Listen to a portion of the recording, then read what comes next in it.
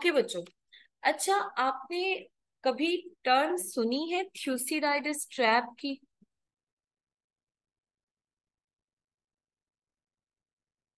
कभी आपने सुनी है थ्यूसिडाइडस ट्रैप?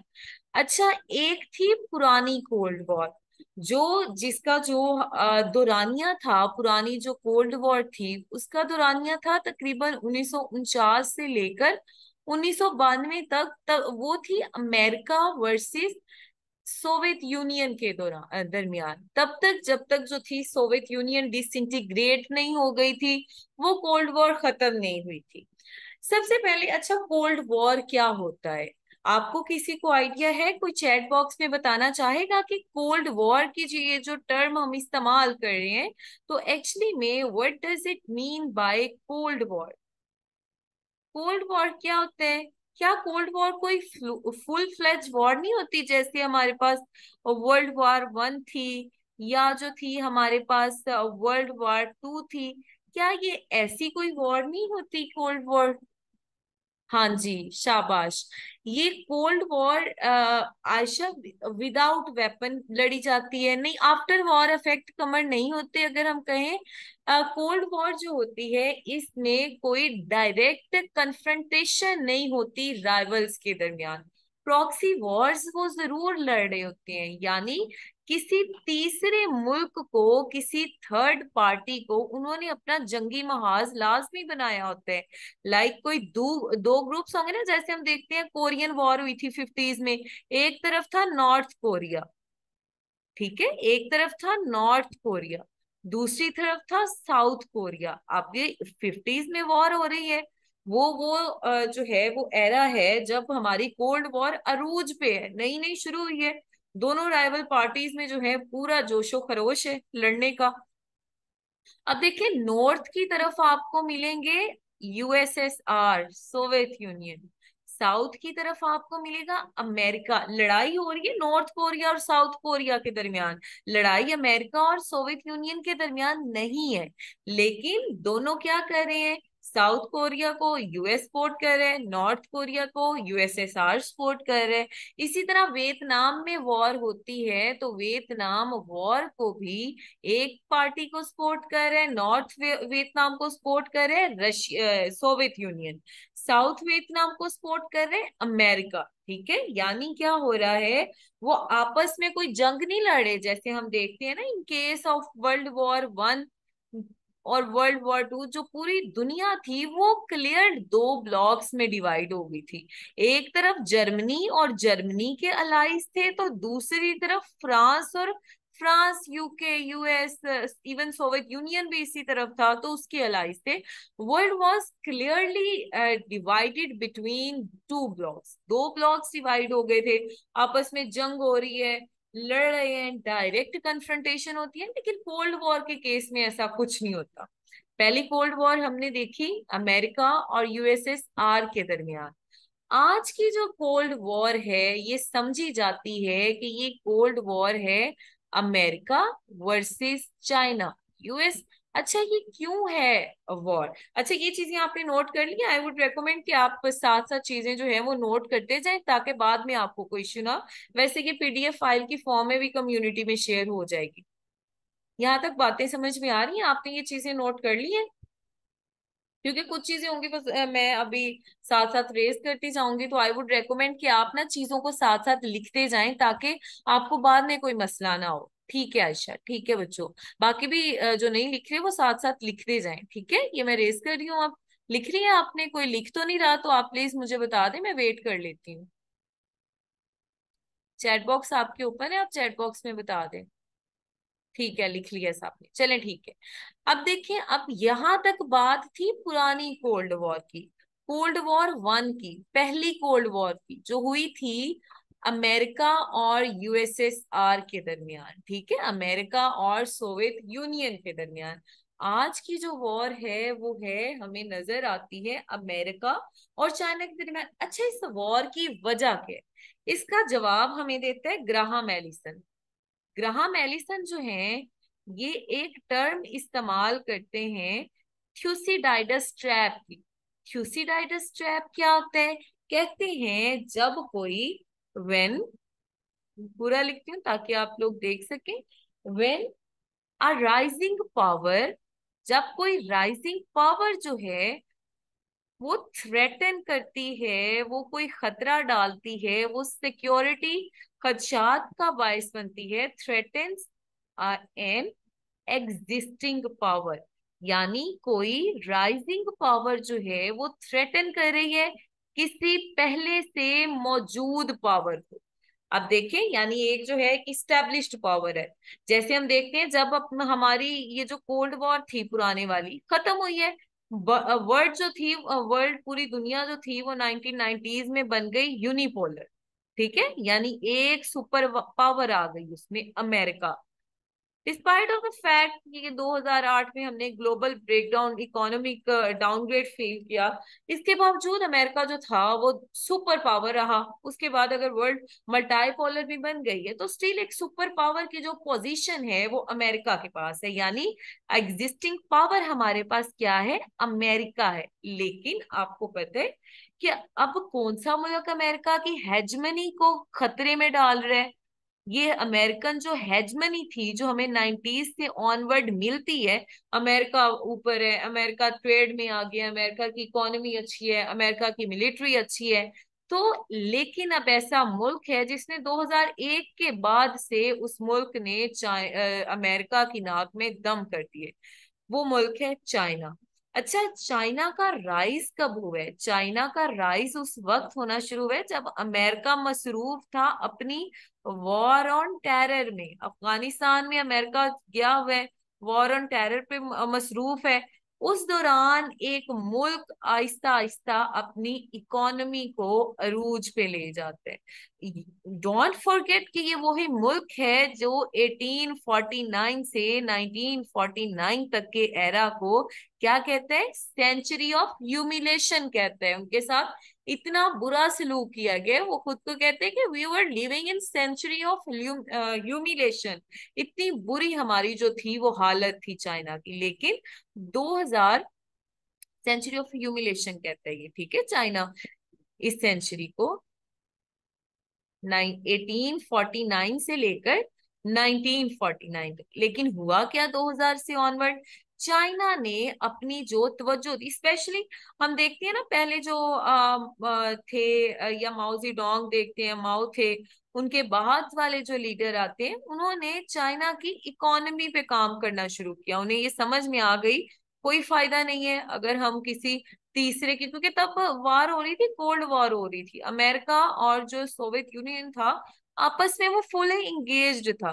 तो इन्होंने, इनके जो उस वक्त के लीडर थे, डेंग जियाओपिंग का आपने नाम सुना होगा, तो इन्होंने कहा, इनको, ये वो लीडर थे जिनको एहसास हुआ कि कोई फायदा नहीं है लड़ाई का, कोई फायदा नहीं है कि हम अपनी इकोनॉमी की कॉस्ट पर लड़ाइयां जीत रहे हो। इसने क्या किया, इसने चाइना की स्ट्रेटेजी चेंज कर दी, from military to economy. China को अब हम देखते हैं कि चाइना किस तरह से एक इकोनॉमिक पावर हाउस बन चुके हैं। चाइना पूरा जो है वो क्या बन चुके हैं, इकोनॉमिक पावर हाउस बन चुके हैं।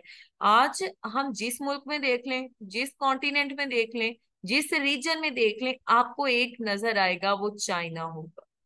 यहाँ तक चीजें समझ में आ रही हैं बच्चों? अच्छा, ये सारी जो एक हमने कल भी देखा था कि पाक अफेयर्स में आपने नंबर लेने हैं ना, तो नंबर लेने के लिए चीजें होती हैं टर्मिनोलॉजीज। आप देखें, आप अपनी न्यू कोल्ड वॉर का इंट्रोडक्शन दे रहे हैं, आपने इंट्रोडक्शन में लफ्ज इस्तेमाल कर लिया थ्यूसिडाइडस ट्रैप का, हेजमनी का, एग्जिस्टिंग पावर का, राइजिंग पावर का, ये सारी टर्मिनोलॉजीज हैं आपकी, सेंचुरी ऑफ ह्यूमिलेशन का। तो आपका एग्जामिनर जाहिर सी बात है आपके साथ, आपसे अट्रैक्ट होगा।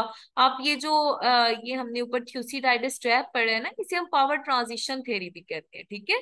इसके लिए ये टर्म भी इस्तेमाल होती है, आप दोनों इस्तेमाल कर सकते हैं। तो आपने, चूंकि आपका ये जो पेपर है ये आप सीएसए से कॉम्पिटिटिव एग्जाम है, आपने चीजें वही होंगी जो मे भी आपको कुछ अभी पता चल रही होंगी, कुछ आपको पहले से पता होंगी, कुछ किसी दूसरे आपके कॉम्पिटिटर को भी पता होंगी।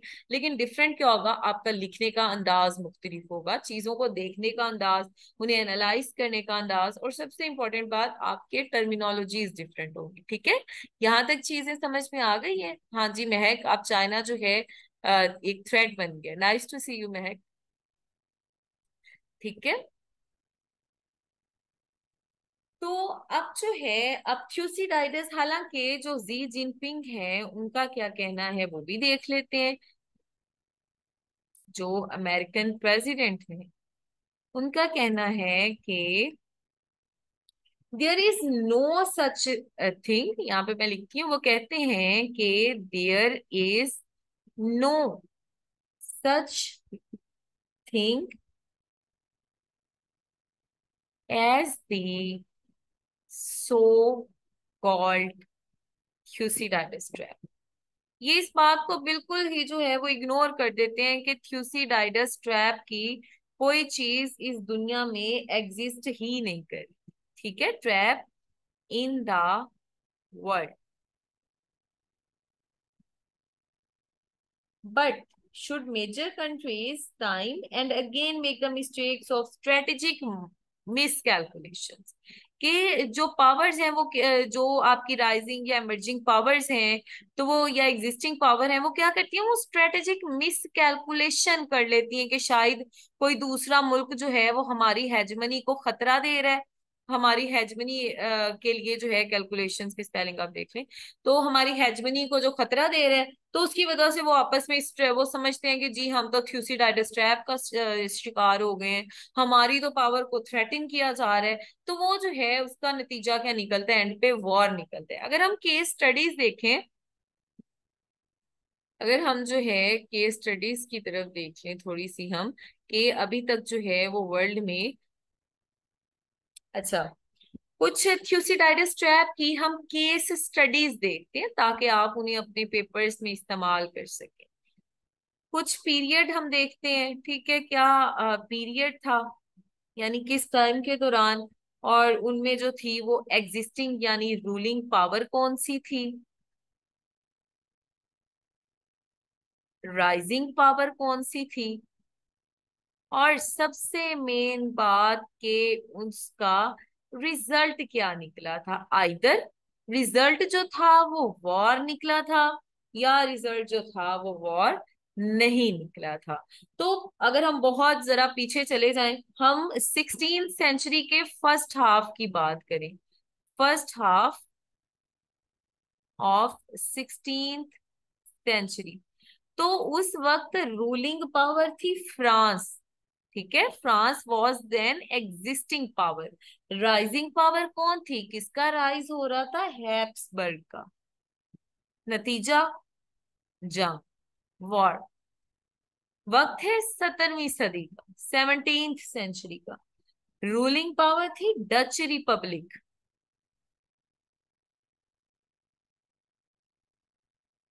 राइजिंग पावर थी इंग्लैंड। नतीजा क्या निकला, जंग का। ये एक्चुअली में हम उस तरफ जा रहे हैं कि क्या जो है पाकिस्तान, पाकिस्तान कहाँ से आ गए, सॉरी, अमेरिका और जो यूएस चाइना की जो वॉर है, क्या ये कोई चांसेस हैं कि ये फुल फ्लेज वार की तरफ जा रही है। तो हम ये अपनी बात को जो है उस तरफ लेके जाना चाह रहे हैं, ठीक है। उसके बाद हम आते हैं जरा लेट 18th सेंचुरी, ठीक है, लेट 18th सेंचुरी का ये वक्त है। यूके जो है वो रूलिंग पावर था, फ्रांस जो था वो राइजिंग पावर था। नतीजा क्या, वॉर। फिर वक्त है मिड 19th सेंचुरी का, ठीक है, 19वीं सदी के मिड का। रूलिंग पावर थी यूके और फ्रांस दोनों। राइजिंग पावर किसका राइज हो रहा था, रशिया का। नतीजा क्या निकला, जंग, वॉर। फिर जो है, फिर वक्त है 19वीं सदी का, 19th सेंचुरी का। एग्जिस्टिंग पावर, रूलिंग पावर थी फ्रांस। राइज किसका हो रहा था, जर्मनी का। नतीजा क्या निकला, जंग। वक्त है लेट 19th सेंचुरी का, या जो है अर्ली 20th सेंचुरी का, ठीक है, अर्ली 20th सेंचुरी का। रूलिंग पावर थी रशिया और चाइना। जो एमर्जिंग पावर थी वो थी जापान। नतीजा क्या निकला, जंग, वॉर। वक्त है अर्ली 20th सेंचुरी का ही। उन्हें ये जो पिछली हमारी सदी थी उसका हम देखें तो रूलिंग पावर कौन सी थी? यूके। एग्जिस्टिंग अमेरिका तब से आना शुरू हुआ ना कि वर्ल्ड वार 1 से अमेरिका जो है बाकायदा तौर पर ये जो हमारी पूरा वर्ल्ड स्पिरल है उसमें शामिल हो गया। नतीजा इनका क्या निकला? No war. नो वॉर क्यों? क्योंकि दोनों को एक दूसरे की जरूरत थी, इकोनॉमिकली, मिलिटरीली, क्योंकि तब एक फ्रांस का खतरा मौजूद था। वक्त है फिर अर्ली 20th सेंचुरी का ही, जब हमारे पास होती है वर्ल्ड वार 1 होती है। एग्जिस्टिंग पावर है हमारे पास रशिया, यूके और फ्रांस। ठीक है। और एमर्जिंग पावर क्या है? जर्मनी। नतीजा क्या निकलता है? वर्ल्ड वार 1 की सूरत में जंग होती है, फुल फ्लेज वॉर होती है। ठीक है। इसी तरह जो है वक्त है मिड 20th सेंचुरी का। ठीक है। रूलिंग पावर कौन सी थी? यूएस था, अमेरिका था। और जब जापान ने वर्ल्ड वार 2 के दौरान ही उस पर वो पर्ल हार्बर का अटैक किया, नतीजा क्या निकला? जंग। वक्त है 1940 से लेकर 80s तक का। रूलिंग पावर यूएस, जो उससे थ्रेटनिंग पावर है, इमर्जिंग पावर है सोवियत यूनियन। नतीजा कोल्ड वॉर का, लेकिन डायरेक्ट कन्फ्रंटेशन नहीं हुई। तो आप देखिए ये जो सारी हमने केस स्टडीज पढ़ी हैं इसमें आपको क्या पता चला कि जब कोई, यानी थ्यूसिडाइडिस ट्रैप आपको सही होता हुआ महसूस हो रहा है कि वॉर हो रही है, जितने भी ऑप्शंस है सब में वॉर हुई है, 2 से 3 में वॉर नहीं हुई, बाकी यानी कि जो ज्यादा चांसेस हैं वो किसके हैं? वो चांसेस हैं वॉर के, जंग के। ठीक है, यहां तक सारी बात क्लियर है बच्चों? यहां तक क्लियर है सारी?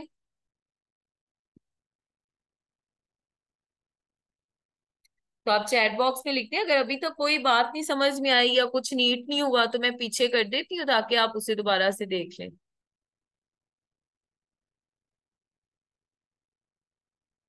ठीक है, बाकी भी अगर किसी को कोई इशू है, कोई बात नहीं समझ में आई तो आप जो है चैट बॉक्स में लिखते हैं।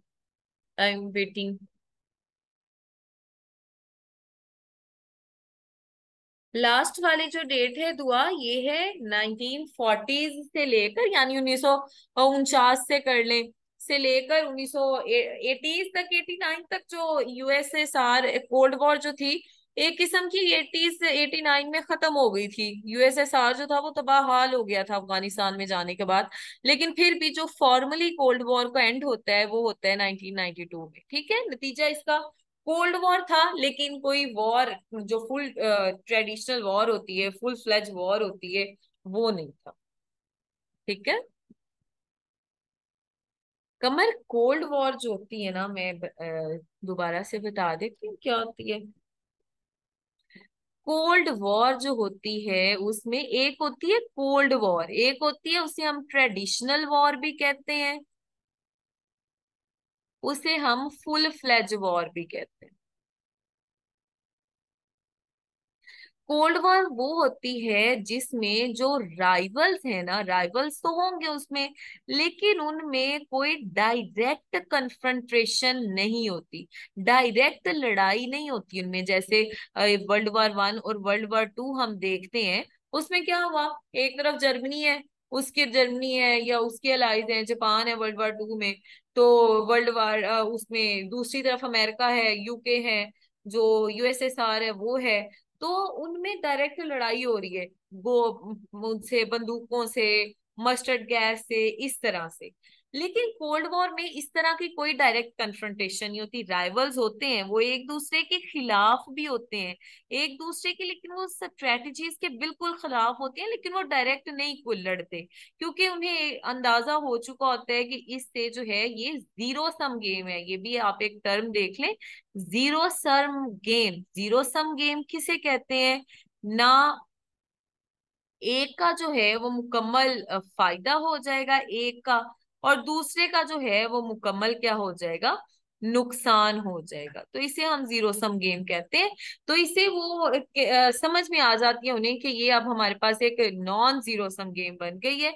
हमें अगर मैं अमेरिका और यूएसएसआर वहीं पे लड़ पड़ता, अमेरिका का भी नुकसान होता मिलिटरीली, इकोनॉमिकली, यूएसए का भी होता है। आज चाइना है, आपका क्या ख्याल है? चाइना इतना बेवकूफ है अपनी इकोनॉमी को पीछे करके वो लड़ना शुरू कर दे? ऐसा नहीं है, वो चाइना बहुत चालाक मुल्क है, बहुत कनिंग मुल्क है, तो वो कभी भी ये ऐसी गेम में इन्वॉल्व नहीं हो सकता। तो वो कोल्ड वॉर के जरिए आप हमें जो है प्रॉक्सी वॉर जरूर मिलती है, जो हमने ऊपर south Korea, north Korea, Vietnam का केस डिस्कस किया, अफगानिस्तान का केस डिस्कस किया। हमें प्रॉक्सी वॉर जरूर मिलती है लेकिन डायरेक्ट वॉर नहीं मिलती। जबकि ट्रेडिशनल या फुल फ्लैज जो वॉर होती है उसमें आपको कन्फ्रंटेशन मिलती है, आमने सामने होकर राइवल्स लड़ रहे होते हैं गोली बंदूकों से, जैसे हम वर्ल्ड वॉर 1 था, वर्ल्ड वॉर 2 थी। ठीक है, क्लियर हुआ कॉन्सेप्ट आपको कोल्ड वॉर का? हाँ जी महक, अब जो चाइना है वो is not a sleeping giant. हाँ जी बिल्कुल निम्रा, आप इसे सारे को पेपर में लिख सकते हैं। ये जो टर्मिनोलॉजीज इस्तेमाल हो रही हैं, जो चीजें बोल रहे हैं, ये आप लाजमी लिखिएगा।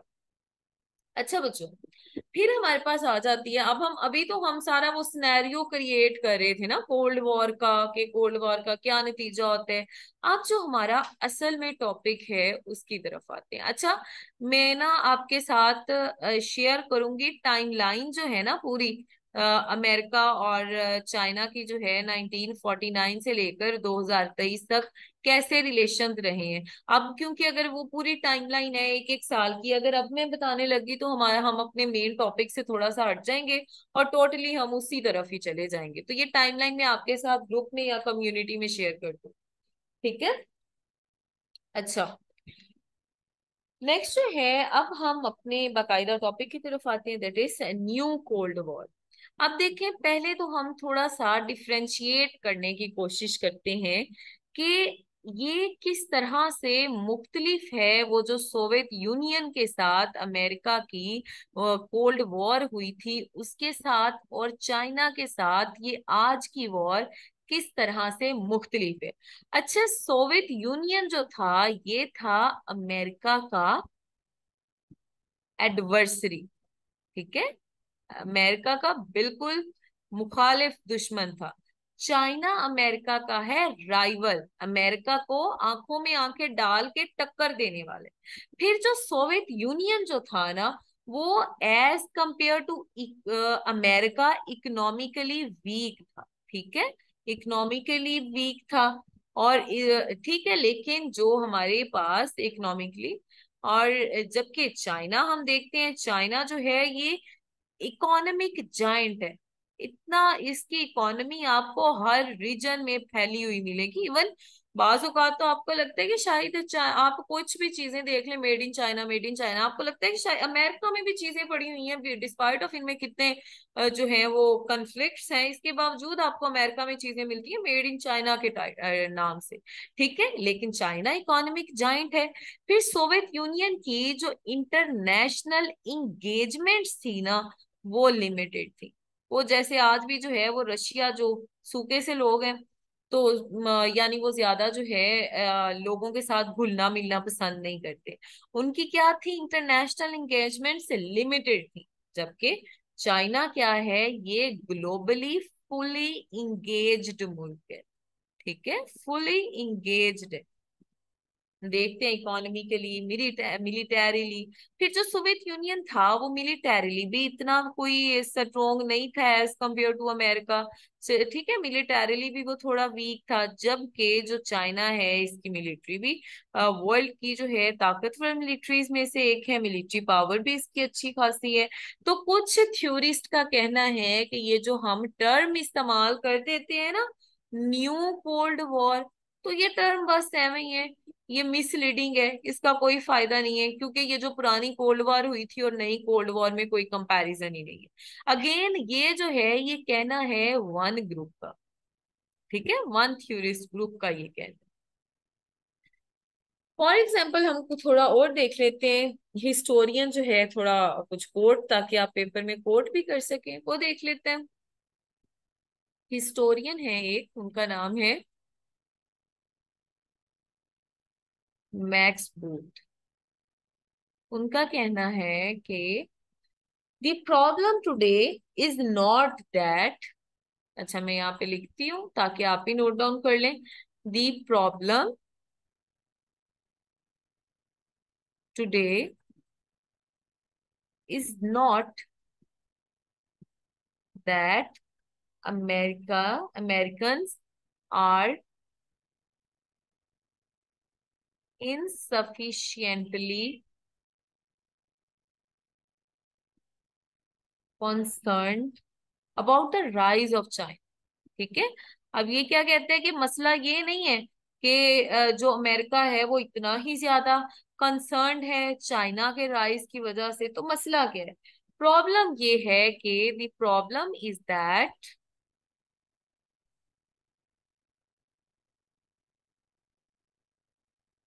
दे आर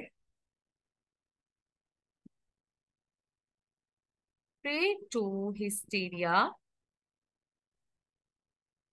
and alarmism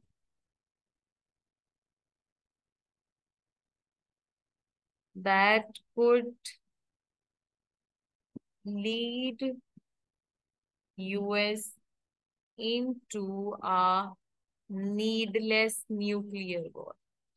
ठीक है, बात की समझ आई है वो क्या कह रहे हैं? मैक्स बूट का कहना है कि मसला ये नहीं है कि यूएस जो है वो चाइना के राइज के बारे में बड़ा कोई कॉन्सर्न है, बड़ा कोई खतरा है उसे, बल्कि मसला ये है कि वो उस अलार्मिज्म का शिकार है, उस सिक्योरिटाइजेशन का शिकार है।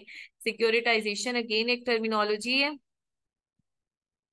सिक्योरिटाइजेशन यानी कोई चीज को बार बार कह कह के आप उसे अपने लिए खतरा खतरा ही बना देते हैं। फॉर एग्जाम्पल कोरोना आया, कोरोना को हमने क्या किया? सिक्योरिटाइज कर दिया कि अब मौत क्या सिर्फ कोरोना की वजह से हो रही है, मौत उससे ज्यादा मौतें जो थी एक दिन में एक्सीडेंट्स की वजह से हो रही थी। लेकिन हमने क्या किया उस दौरान 2020 में 21 में हमने कोरोना को सिक्योरिटाइज कर दिया। तो वो कह रही है मसला ये है कि दुनिया जो है वो इस इशू को इतना सिक्योरिटाइज कर रही है कि अब मैं ये हो सकता है कि अमेरिका को एक नीडलेस न्यूक्लियर वॉर की तरफ धकेल दे। ठीक है, ये हिस्टोरियन मैक्स बूट के अल्फाज है। क्लियर है? ये नीट कर लिया आपने? और यहाँ तक कोई मसला हो तो आप पूछ लें। यहाँ तक बच्चों आपको समझ आ गई है? यहाँ तक हमने जो जो डिस्कस किया है, यहाँ तक अगर आपको कोई इशू हो तो आप पूछ लें। ओके जी। अच्छा, अब 2017 में क्या होता है? 2017 में अमेरिका का, sorry, US national security strategy. अब 2017 में यूएस देते हैं अपनी न्यू नेशनल सिक्योरिटी स्ट्रेटजी।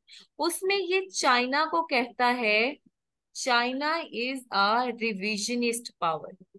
ठीक है, चाइना जो है वो क्या है? एक रिविजनिस्ट पावर है, दोबारा से उभरने वाली पावर है। क्या करना चाहती है वो ऐसी power? Seeking to erode American security. यानी 2017 में जो है, 2017 में जो है उन्होंने चाइना को ऐसे रिविजनिस्ट पावर पेश करना शुरू कर दिया कि जो क्या करना चाह रहे हैं, जो अमेरिका की सिक्योरिटी को खत्म करना चाह रहे हैं, अमेरिका की प्रॉस्पेरिटी के लिए खतरा है। ठीक है, और ये क्या कर रहा है? एंड शेप आ वर्ल्ड,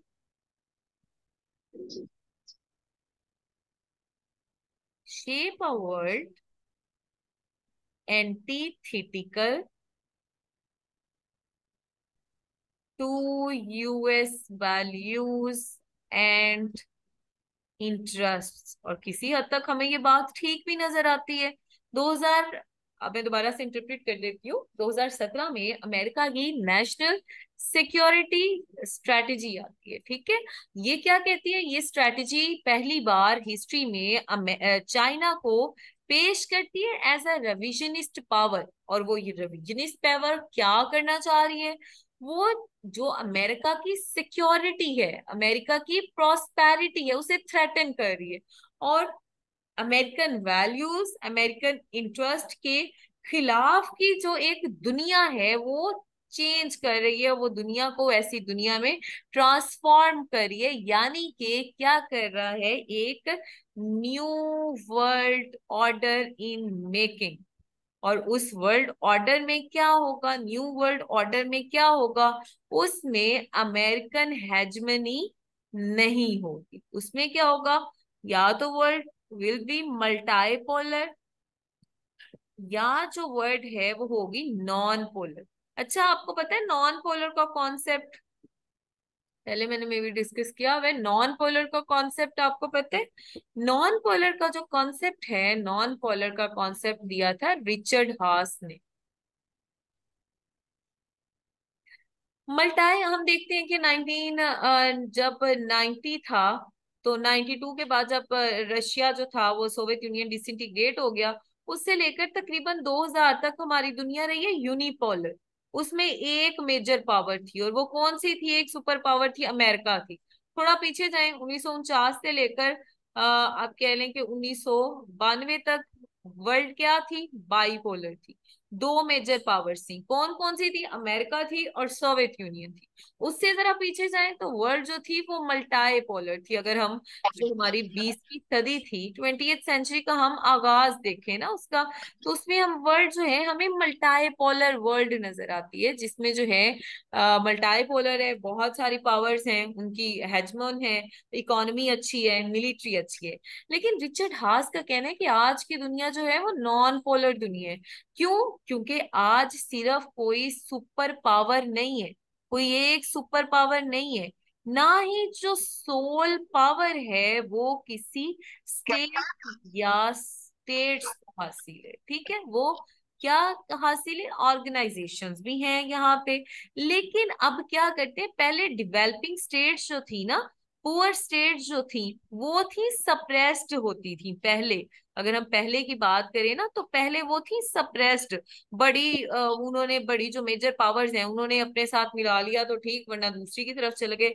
आज क्या करते हैं, आज ये जो डेवलपिंग स्टेट है इनके पास रूल आ गई है, इनके पास अथॉरिटी टू चूज आ गई है, कि वो खुद चूज करें वो किसकी तरफ जाएंगे।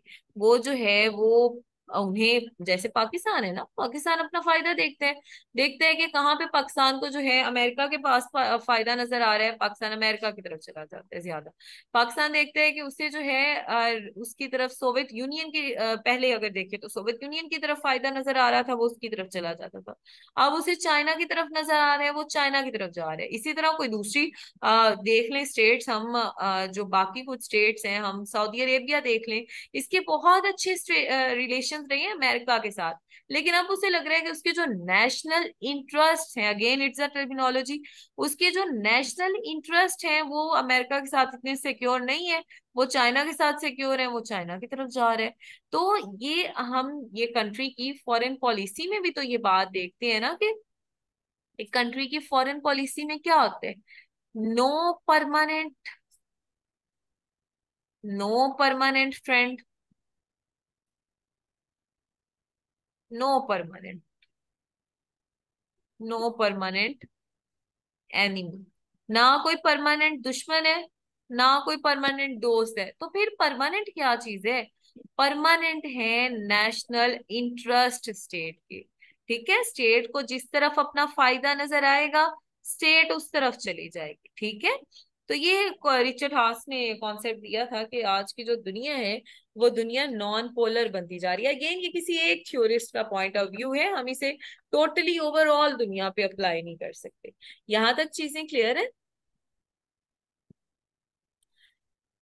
अब जो है, अब हम दो पर्सपेक्टिव से, दो नजरियात से, दो लेंजेस से ये जो नई कोल्ड वॉर है इसे देखते हैं। एक में हम ये डिस्कस करते हैं कि जो ऐसे इवेंट्स को डिस्कस करते हैं जो ये सिग्नल करें कि yes it is a new cold war era. ठीक है, दूसरे में हम कुछ उन इवेंट्स को, कुछ उन पॉइंट्स को डिस्कस करते हैं कि जो डिस्कस करेंगे, no this is not a new cold war era, we are not living in any kind of new cold war era, ये सब जो है ये झूठ है। ठीक है, अब हम इन दोनों पॉइंट्स को अलग अलग से डिस्कस करते हैं। सबसे पहले हम वो डिस्कस करते हैं, वो वाले पॉइंट्स अच्छा, पहले हम ये डिस्कस करते हैं, इवेंट्स सिग्नलिंग आ न्यू कोल्ड वॉर। ठीक है, पहले हम इसमें वो डिस्कस कर लेते हैं, वो वाले इवेंट्स जिसमें आपको लग रहा होगा कि वाकई में ये क्या हो रहा है, आपकी एक नई कोल्ड वॉर हो रही है। तो एक चीज है कि अल्टरनेट गवर्नेंस मैकेनिज्म। देखिए, पहले आप अगर अब हम देखें ना, तो पहला जो सुपर पावर की जो अथॉरिटी थी, जो पावर थी, उसको वाकई कुछ चीजें चाइना उसे थ्रेटन कर रहे हैं। चाइना क्या दे रहे हैं? अपना alternate governance mechanism of China, अपना एक जो यूएस ट्रेडिशनल पुराना अमेरिका का था ना मैकेनिज्म गवर्न करने का, अब वो उससे डिफरेंट जा रहे हैं, ऑल्टरनेट जा रहे हैं। अगेंस्ट किसके अगेंस्ट दे रहे हैं? जाहिर सी बात है, अगेंस्ट यूएस डोमिनेटेड वर्ल्ड। कि पहले जो यूएस की डोमिनेटेड वर्ल्ड थी ना, ये उसके खिलाफ चाइना जो है एक नया अल्टरनेट गवर्नेंस मॉडल देखते हैं। For example, US dominated model में क्या क्या चीजें आ जाती हैं? जैसे उसमें अगर आईएमएफ है, उसमें अगर वर्ल्ड बैंक है, उसमें अगर वर्ल्ड ट्रेड ऑर्गेनाइजेशन है, तो चाइना के अल्टरनेट गवर्नेंस मॉडल में बीआरआई है।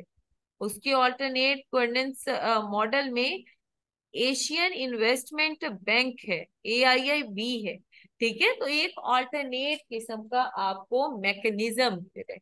फिर एक और इवेंट जो सिग्नल कर रहा है, Xi under Xi Jinping, Xi Jinping से पहले या ट्रम्प से पहले जो है, कभी भी अमेरिका को एक राइवल के तौर पर नहीं देखा था। अमेरिका में ठीक है कॉम्पिटिटिव पावर था, but not as rival, not as adversary. आज अंडर जी जिनपिंग जो है, चाइना की जो पावर है, चाइना की जो अथॉरिटेरियनिज्म है, शिफ्ट हो गई है from soft to hard authoritarianism. जो कभी यूएस का जो था वो, आप कह लें कि यूएस का वो कभी इलामत समझी जाती थी हार्ड अथॉरिटेरियनिज्म, उस तरह की, विद जो पाकिस्तान को भी अमेरिका ने एक बार ऑप्शन दिया था ना, विद अस और अगेंस्ट अस। किसी को याद है कि ये अमेरिका के कॉलिन पॉवल ने पाकिस्तान को कब कहा था? विद अस और अगेंस्ट अस, याद है किसी को कब कहा था? याद है बच्चों? तो आप जरा से इधर लिखें, कब जो है किसी जो आप कह लें कि अमेरिका के कॉलिन पॉवल ने कब पाकिस्तान को, कोई ऐसा इवेंट आपके माइंड में आ रहा है जब उसने कहा हो एक हार्ड स्टिक दी हो? हाँ जी, वेरी गुड। महा वॉर ऑन टेरर के पीरियड में, हाँ जी, 9/11 के बाद, शहबाज, 9/11 के बाद वो जब कह रहा था ना कि पाकिस्तान की सरजमीन को अगर तालिबान या ये बाकी जो टेररिस्ट ऑर्गेनाइजेशंस हैं वो इस्तेमाल करिए, तो हमें हमें ये नहीं चाहिए कि अच्छा मुंह से आप कह रही हैं आप हमारे साथ है, नहीं, हम आपको एक पक्का ऑप्शन देते हैं, आपने हमारे साथ रहना है या हमारे खिलाफ रहना है, नो अदर चॉइस, कोई दूसरी चॉइस नहीं है। ठीक है, तो अब हमें ये क्या नजर आ रहा है, किसमें ये चंक्स नजर आ रहे हैं? ये हमें नजर आ रहे हैं चाइना की पॉलिसीज। ठीक है, इसके अलावा जो है हम देखते हैं, अगर चाइना जो है वो कुछ लॉन्च कर रहा है, चाइना बीआरआई या सीपैक को कर रहा है, तो यूएस जो है पूरी एफर्ट्स कर रहा है चाइना को कंटेन करने में, चाइना की पावर को कर्व करने में, चाहे वो उसकी पावर हो इंडो पैसिफिक रीजन में। ठीक है, उसे कंटेन करना हो, वो उसमें इंडो पैसिफिक रीजन में किसके थ्रू कर रहा है? यूएस की पॉलिसी है पिवट टू एशिया, उस पॉलिसी के थ्रू जो है, यानी एशिया ही जो होगा बगला वर्ल्ड का इकोनॉमिक सेंटर होगा, हेजमन सेंटर होगा, तो उसके तहत जो है ये चाइना की जो इंडो पैसिफिक स्ट्रेटेजी है उसे क्या कर रहा है, उसे ये अपोज कर रहे हैं। हाँ जी, ठीक है, मैं ये वाले लेक्चर जो है वो पीडीएफ कम्युनिटी पे शेयर कर दूंगी बच्चों, डोंट वरी। अच्छा, अब जो है फिर हमें एक और चीज नजर आती है, आपने में भी कभी नाम सुना हो, innovation and competition. Act.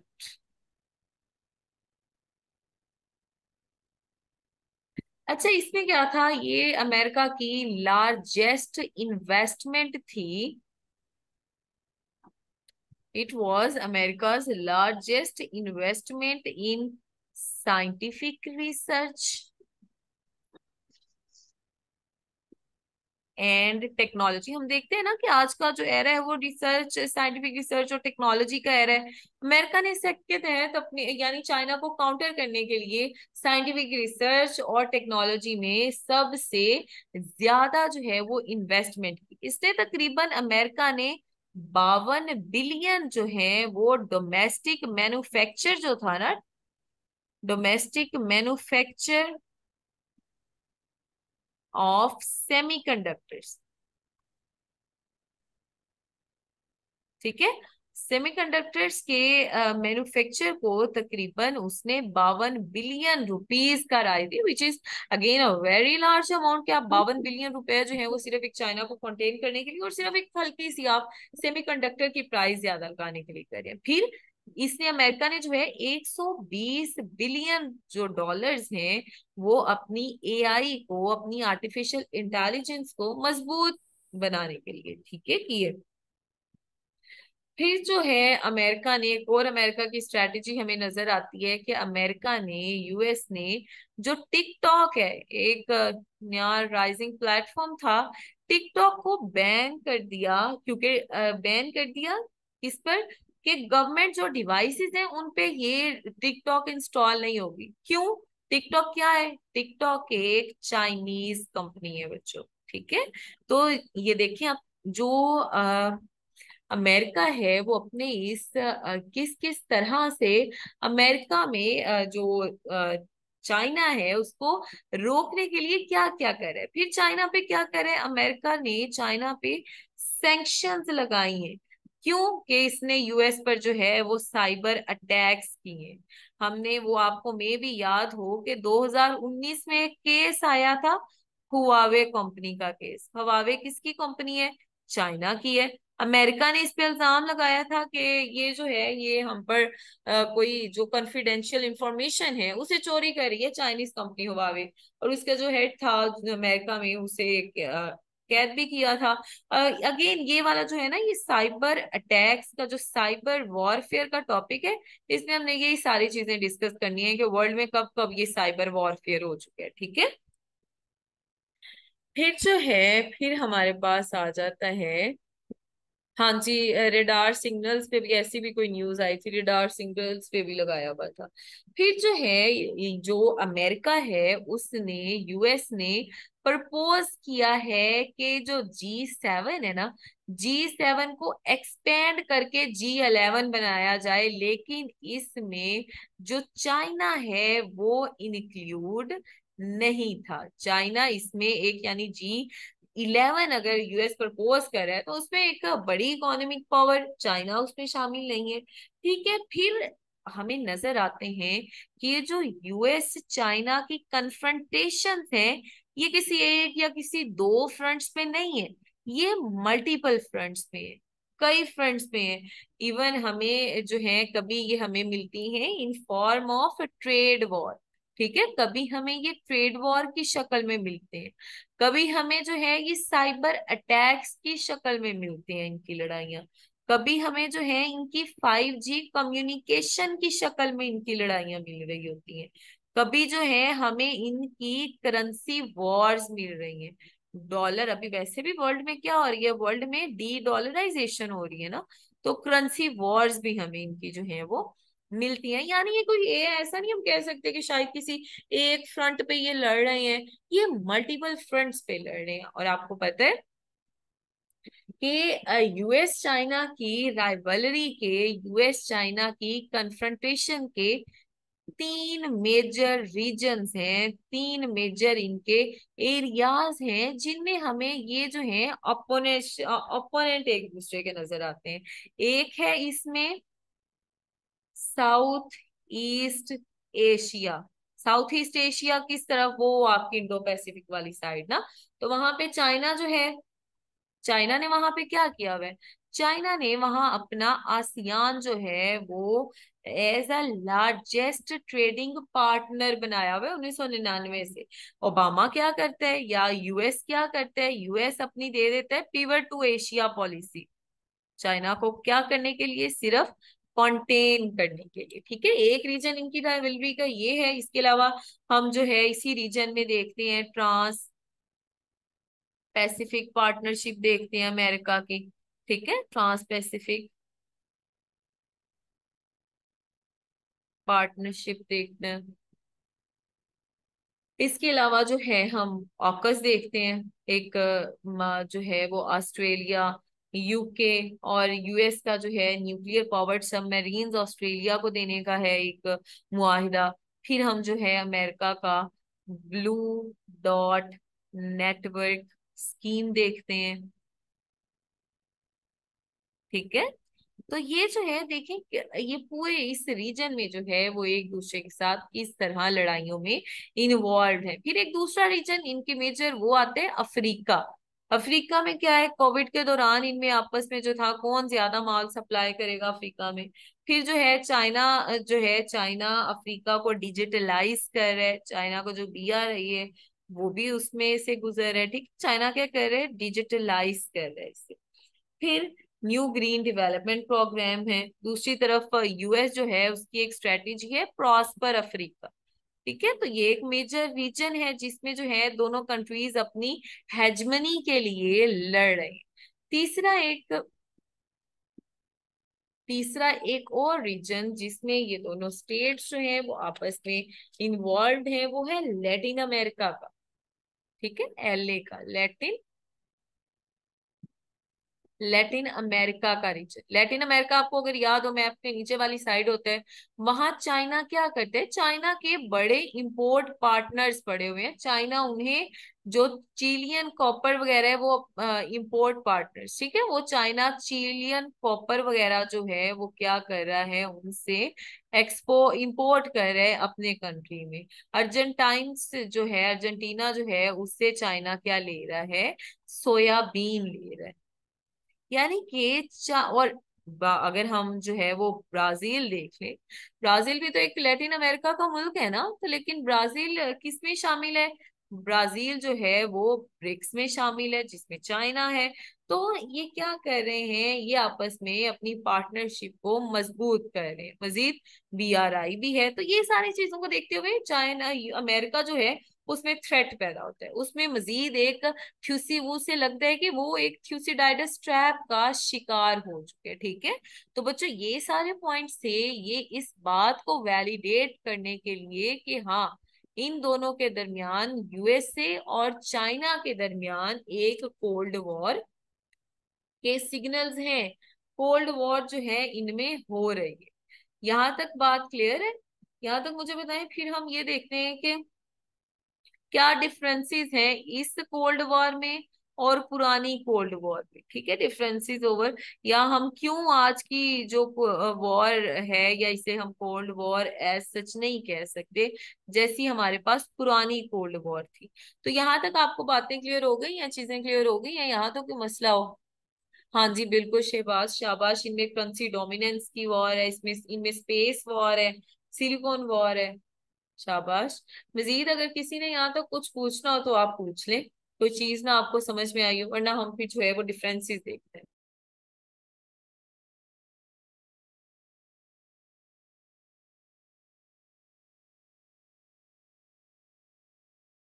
Okay जी, तो डिफरेंसेस देखते हैं। नो आइडियोलॉजिकल, पहला ये है कि इनके दरमियान कोई आइडियोलॉजिकल कॉन्फ्लिक्ट नहीं।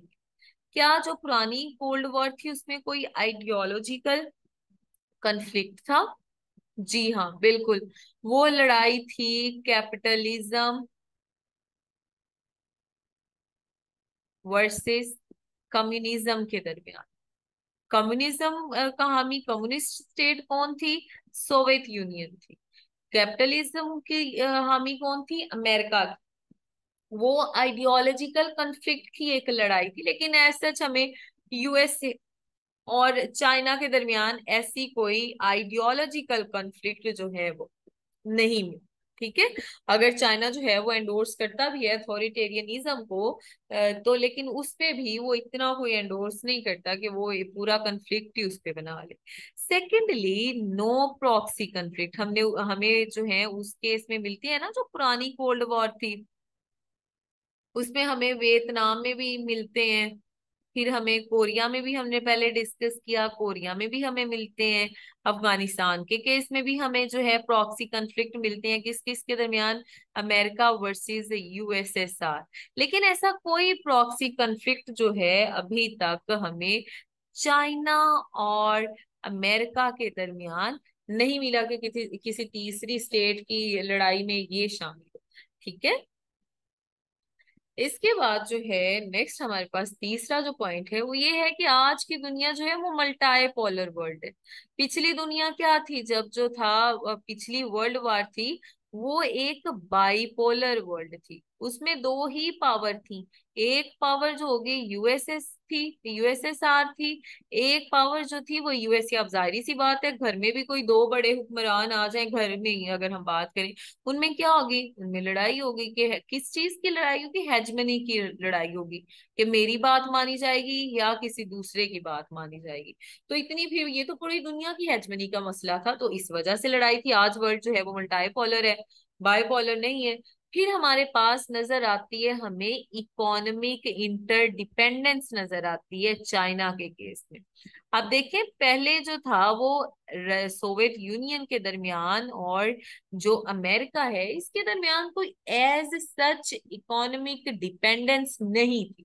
लेकिन आज जो है हम देखते हैं इनकी इकोनॉमी जो है ना, इकोनॉमी यूएस की और चाइना की, ये मर्ज्ड है, ये इंटीग्रेटेड है। ठीक है, ये क्लोजली इंटीग्रेटेड है। किसके जरिए, इनकी मार्केट सेम है, इनकी इस इन्वेस्टमेंट स्ट्रेटजी सेम है। इनकी जो आप देख लें, इनमें इतनी लड़ाइयां हैं, इतने कन्फ्लिक्ट्स हैं इन दोनों स्टेट्स में, लेकिन स्टिल इनमें ट्रेड जो है वो किसमें है, बिलियंस में है। $1 बिलियन की इनके दरमियान ट्रेड हो रही है। तो ये चूंकि वर्ल्ड दोनों मानते हैं कि आज की जो दुनिया है वो हाइपर, एक होती है ग्लोबलाइज्ड, आज की जो है ये हाइपर ग्लोबलाइज्ड है। ठीक है, दुनिया तो हाइपर ग्लोबलाइज्ड स्टेट में, दोनों जो यूएस भी और चाइना भी जो है वो पीछे नहीं हटना चाह रहा। ठीक है।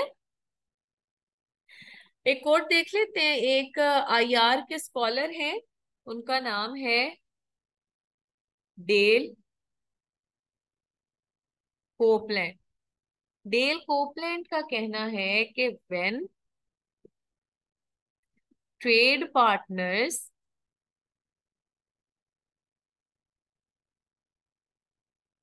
become जियोपॉलिटिकल राइवल्स, के जब जो ट्रेड पार्टनर्स हैं वो जियोपॉलिटिकल राइवल्स बन जाते हैं, दे स्टार्ट टू फियर, उन्हें किस चीज का खतरा होना शुरू हो जाता है, they start to fear from from vital goods markets and most important trade routes. यानी कि जब जो है, जैसे ये दोनों है ना, यूएस और चाइना है, या अब अगर एक दूसरे के राइवल हैं, तो इन्हें कोई और खतरा, मिलिट्री वाला खतरा नहीं होगा, इन्हें खतरा होगा कि हमारा कोई एक्सपोर्ट इंपोर्ट का सामान ना खरा जो है एक दूसरा, उसमें ना ये रुकावट बने, हमारे ट्रेड रूट्स ना डिस्टर्ब हो। इसके लिए, इस सारी बात के लिए हम टर्मिनोलॉजी इस्तेमाल करते हैं, ट्रेड सिक्योरिटी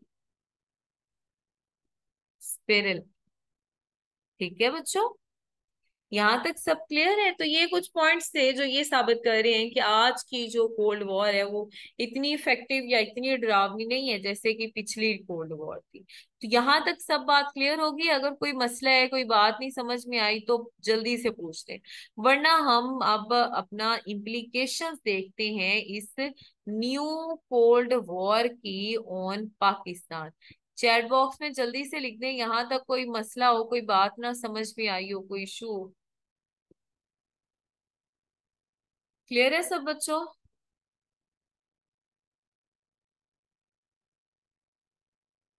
अच्छा, गोस्पेल के अल्फाज हैं इंजील के। ये कहती हैं कि no one can serve two master, कि एक इंसान जो है वो दो मास्टर्स को एट ए टाइम सर्व नहीं कर सकता। पाकिस्तान में के केस में ये मास्टर्स कौन है? यूएस और चाइना, यानी पाकिस्तान जो है उसे एक साइड लेनी पड़ेगी। ऑन द अदर हैंड अगर हम देखें, डेरेक शोलेट जो कि एक सीनियर एडवाइजर हैं to US secretary of state, जो है ना उसका एक सीनियर एडवाइजर है, ये कहता है कि US does not ask Pakistan to choose between it and China, कि यूएस जो है वो पाकिस्तान को बिल्कुल नहीं कहता कि आप जो है हमारे और चाइना के दरमियान किसी एक को चूज करें। लेकिन साथ ही आप देखें वो आगे कैसे की बात करें, but rather wants countries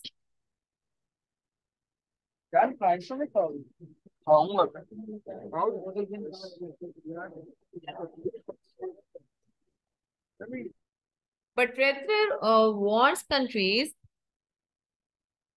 to be able to have a choice। Countries के पास अपनी चॉइस है कि वो किसके पास आना चाह रहे हैं, ठीक है। हाउएवर, अब देखिए अब वो कितने वो वाली बात करते हैं। वॉशिंगटन यानी कि अमेरिका इज वरीड दैट, वो इस वजह से परेशान है कि जो नेशंस है ना, जो वो वाली स्टेट्स जो कि चाइना के साथ किसी किस्म के रिलेशनशिप में एंटर हो रही है, entering into relationship with China,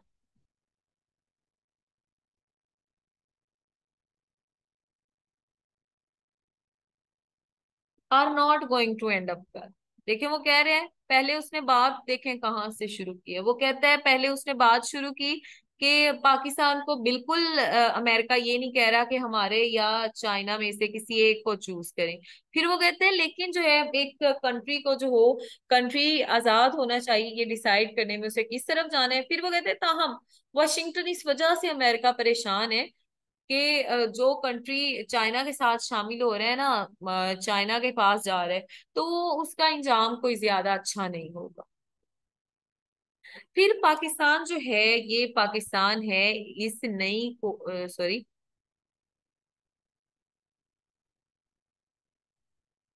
Pakistan जो है इस नई कोल्ड वॉर में अगेन एक फ्रंट लाइन स्टेट है। ना तो आप देखें पाकिस्तान जो है ना तो अमेरिका को छोड़ सकता है, ना पाकिस्तान जो है वो चाइना को छोड़ सकता है, ठीक है। और जो है अब ये जो पाकिस्तान की ये स्ट्रेटेजी है ना कि पाकिस्तान जो है इन दोनों प्लेयर्स में से किसकी तरफ जाएगा, ये पाकिस्तान का फ्यूचर डिसाइड करेगी कि पाकिस्तान की फ्यूचर इकोनॉमी क्या होगी, डेमोक्रेसी होगी या नहीं होगी, या जो है पाकिस्तान की फॉरेन पॉलिसी क्या होगी। तो ये चीजें ये डिटरमाइन करती हैं। फिर जो है राइज ऑफ पाकिस्तान में अब क्या होना शुरू हो गया, राइज होना शुरू हो गया किसका, अनडेमोक्रेटिक फोर्सेस का। यानी पाकिस्तान में आप देखें चाइना अगर ज्यादा आजकल वैसे भी हमारे जो हालात हैं वो अमेरिका के साथ इतने अच्छे नहीं है, चाइना के साथ है, तो इसका क्या नतीजा निकल रहा है कि पाकिस्तान में अनडेमोक्रेटिक पावर्स का राइज होना शुरू हो गया है। फिर इनकी पाकिस्तान में कुछ इकोनॉमिक इम्प्लीकेशंस भी हैं। इकोनॉमिक इम्प्लीकेशंस क्या हैं कि अब देखें, इकोनॉमिक इम्प्लीकेशन, यूएस जो है, यूएस पाकिस्तान का, पाकिस्तान की लार्जेस्ट एक्सपोर्ट मार्केट है, ठीक है। यूएस जो है पाकिस्तान की लार्जेस्ट एक्सपोर्ट मार्केट है, जबकि जो चाइना है वो पाकिस्तान की लार्जेस्ट फॉरेन इन्वेस्टर है। अब देखें इन दोनों में से पाकिस्तान अगर अपनी इकोनॉमी को मद्देनजर रखे तो इन दोनों में से पाकिस्तान के पास कोई ऑप्शन नहीं है कि इन दोनों में से पाकिस्तान जो है किसी एक को छोड़ सके। ठीक है।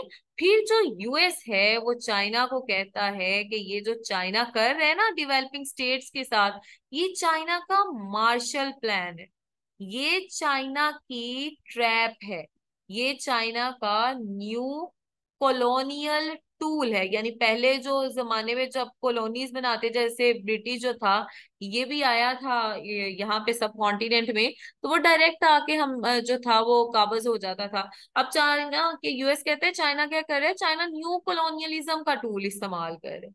ठीक है। इसके अलावा ये चाइना का डेट ट्रैप है, इसको समझने के लिए डेट ट्रैप है चाइना का, ये बाकी डेवलपिंग स्टेट्स को कंट्रोल करने के लिए। ठीक है। मजीद इसका ये कहना है कि यूएस, वैसे यूएस जो है ये किसे सपोर्ट करता है, इंडिया में, कि ताकि इंडिया क्या करे, इंडिया काउंटर बैलेंस करे रीजन में चाइना को, क्योंकि पाकिस्तान, उसे पता है पाकिस्तान उसके खिलाफ हो नहीं सकता, तो इंडिया को वो एक पावर के तौर पर, स्ट्रेटेजिक पार्टनर के तौर पर इस्तेमाल कर रहे हैं कि उससे क्या करे, काउंटर बैलेंस करे।